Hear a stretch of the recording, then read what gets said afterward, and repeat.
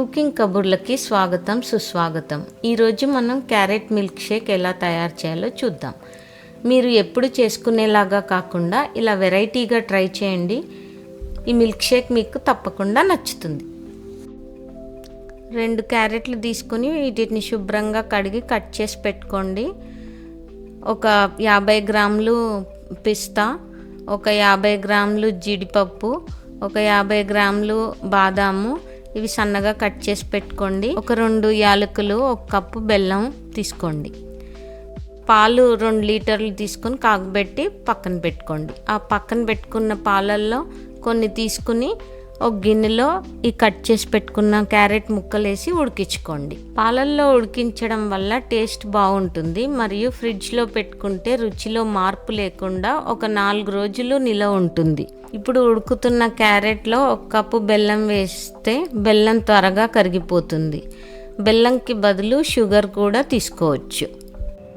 చల్లారిన క్యారెట్ మిశ్రమం ఒక మిక్సీ జార్లో వేసి మెత్తగా గ్రైండ్ చేసుకుందాం.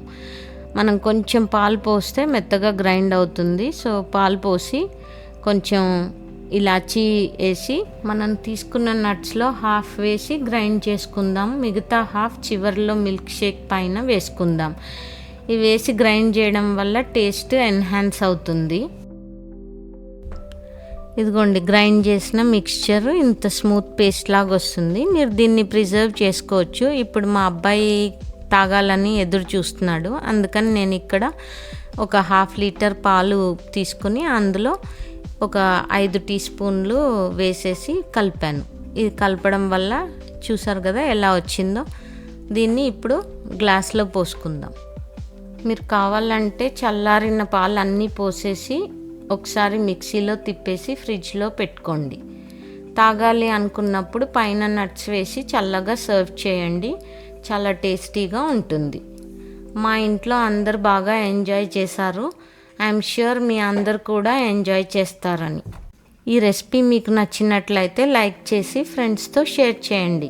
ఇంకా మా ఛానల్కి సబ్స్క్రైబ్ చేసుకోకపోతే ప్లీజ్ సబ్స్క్రైబ్. ఈ రెసిపీ ట్రై చేసి కామెంట్స్లో తెలియపరచండి మీకు ఎలా వచ్చిందో. ఈ మిల్క్ షేక్ రెడీ.